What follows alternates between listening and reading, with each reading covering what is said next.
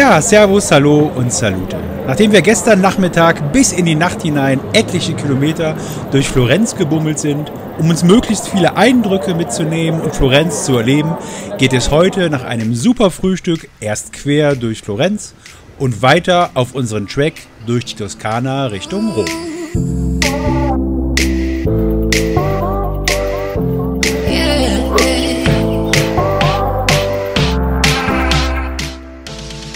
Wenn du die bisherigen Episoden unserer Romreise verfolgt hast, bist du im Bilde. Gerne hätten wir gecampt. Schließlich schleppen wir alles dafür mit.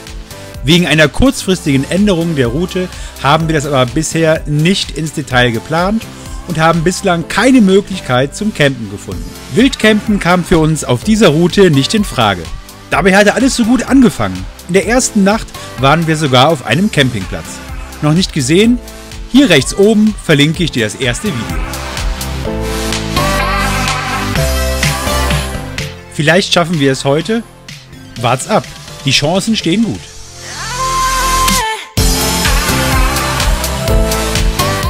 Kurz nachdem wir die Innenstadt von Florenz verlassen hatten, ging es extrem steil bergauf. Unfahrbar für uns, sodass wir oft schieben mussten. Dabei konnten wir uns aber auch mal umdrehen, zurückschauen und den Ausblick über Florenz genießen.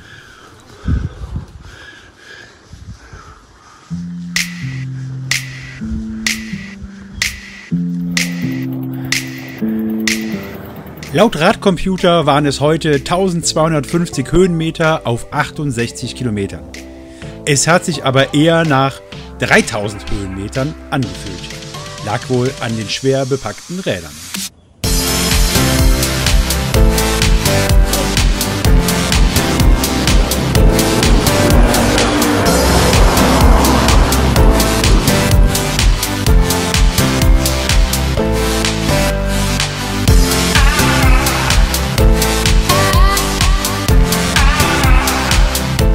Der erste Tag so richtig in der Toskana und die Toskana zeigt sich von ihrer besten Seite. Wir haben perfektes Wetter, super Panoramen und bei aller Anstrengung mit kräftezehrenden Anstiegen gibt es auch spaßige, rasante Abfahrten und sehr abwechslungsreiche Strecken.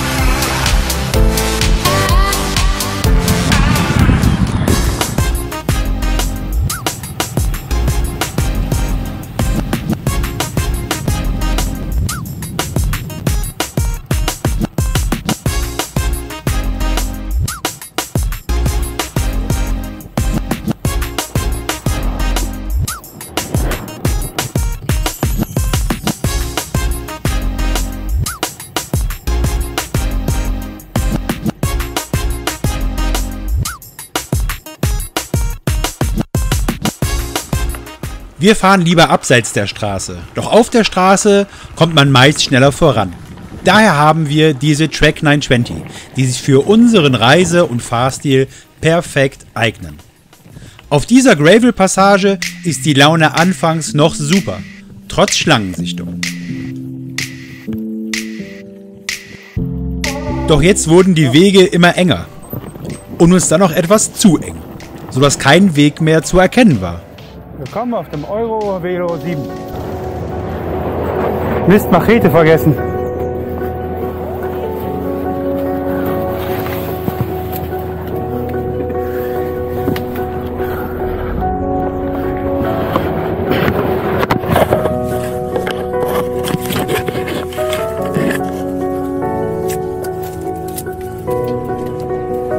Lag es daran, dass wir nach dem Lockdown fahren und vor uns einfach lang keiner mehr hier lang gefahren ist und der Weg zugewachsen war? Oder sind wir schlichtweg falsch? Es war abenteuerlich sehr anstrengend und zum Teil auch recht schmerzhaft. Und auch etwas eklig. Keine Ahnung, was da alles im tiefen Busch an meinem Bein lang gekrochen ist. Scheiße.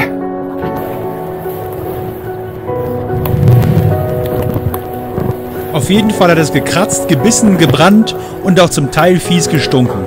Natur halt. Naja, direkt neben der Autobahn. Die uns dann aber auch gerettet hat. Denn wir konnten uns ohne Machete noch zu einem Wirtschaftsweg an der Autobahn hochkämpfen und konnten damit irgendwann wieder auf einen fahrbaren Weg kommen. Diese Passage hat uns einiges an Zeit gekostet und blieb nicht ohne Folgen. Weder für unsere Beine und Arme, noch für unsere Reifen. Ich habe mir gleich mehrere Dornen eingefahren und hatte damit jetzt an Tag 8 meinen ersten Platten. Doch kein Problem, der Reifen war schnell gefixt und es konnte weitergehen. Und es kam noch besser, ein Campingplatz war in Sicht.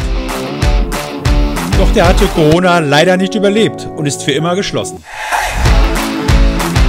Wer fragt, dem wird geholfen.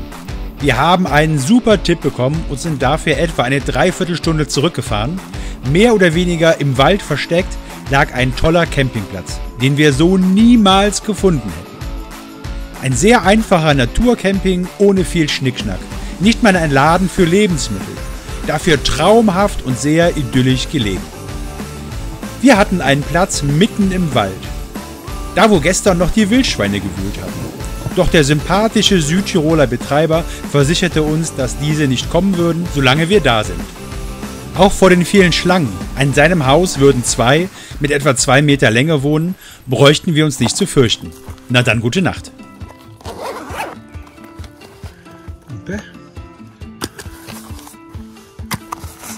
Heringe. Heringe. Matte. Und Zeltstange.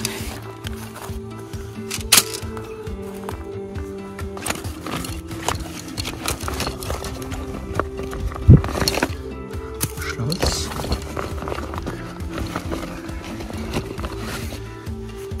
Matratze. Matratze.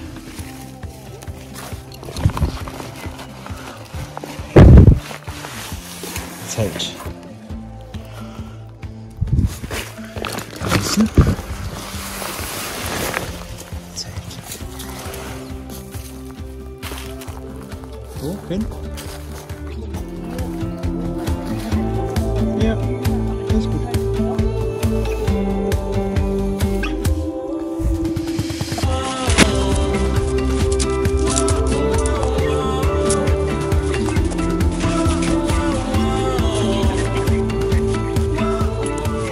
Doch bevor wir Wildschweinen und Schlangen gute Nacht sagen können, gilt es erstmal das Zelt aufzubauen und zu kochen. Und natürlich gehört auch das tägliche Waschen der Kleidung dazu, die wir jetzt hier auch super aufhängen können.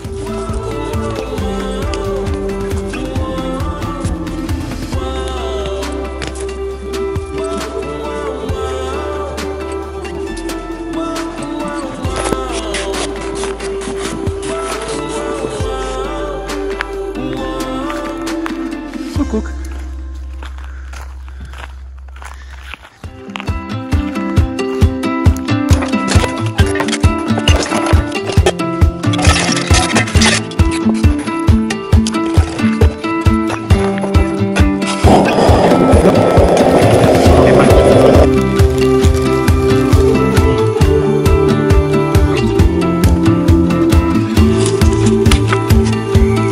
Ein anstrengender und super Tag geht zu Ende. Endlich zelten. Einfach super. Das hätten wir gerne häufiger gemacht. Und planen wir bei unserer nächsten Reise mit ein. Die ist übrigens schon geplant. Wir fahren über Belgien nach Paris und von dort aus wieder nach Belgien oder Holland an die Nordsee. Folge doch unserem Kanal, um diese Videos nicht zu verpassen.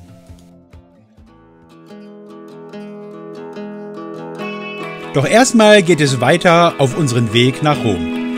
Der zweite Tag in der Toskana, die gerade mit uns erwacht.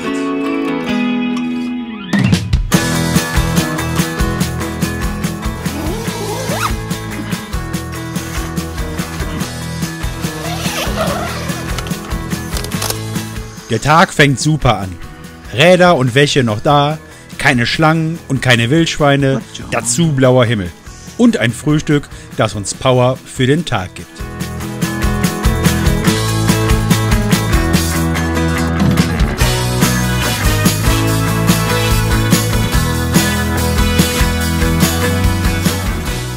Die Toskana und vor allem dieser traumhafte Campingspot zeigt sich von seiner besten Seite.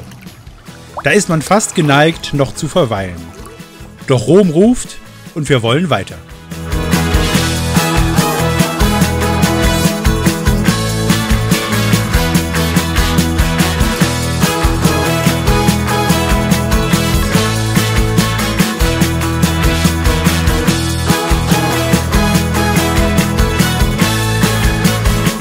So wie gestern geht es auch heute gleich sehr steil bergauf.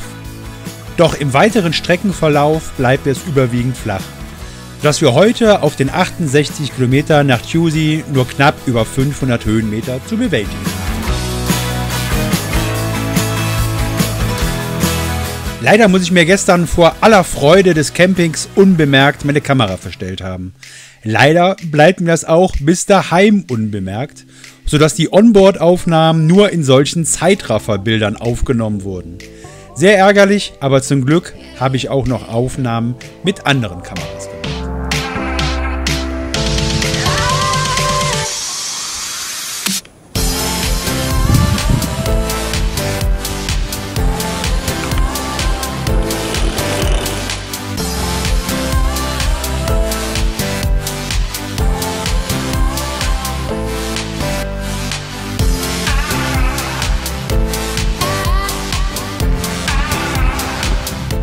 Wir fahren super schöne Nebenstraßen und erleben eine bunte Toskana mit tollem Licht und blühender Fauna.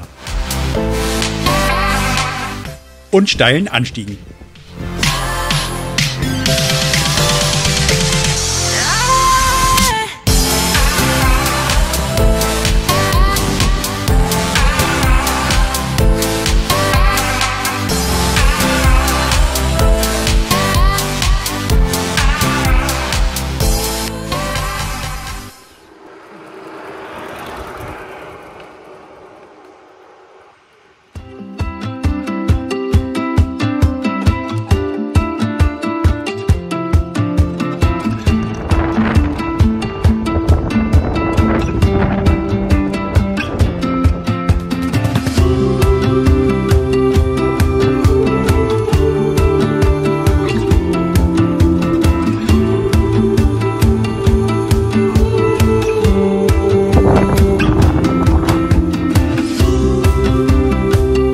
Und dann haben die Dornen und Stacheln von gestern auch hier den Weg bis zum Schlauch gefunden.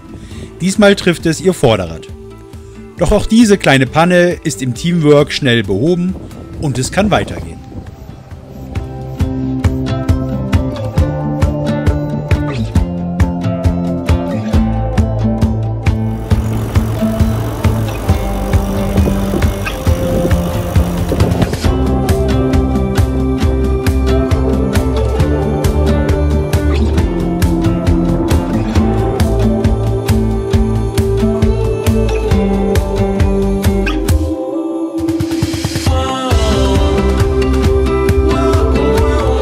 Unterwegs gibt es noch eine köstliche Spezialpizza, unsere Notration.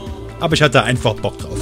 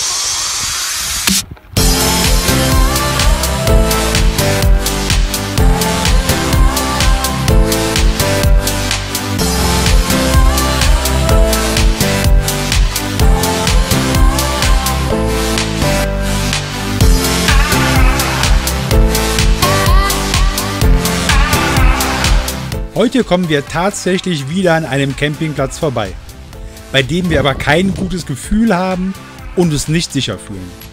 Das Finden einer Unterkunft wird so heute nochmal etwas abenteuerlich, doch mit einem kleinen Umweg finden wir ein günstiges Zimmer bei einem sehr dankbaren Gastgeber. Und ein Eis gibt's auch endlich wieder.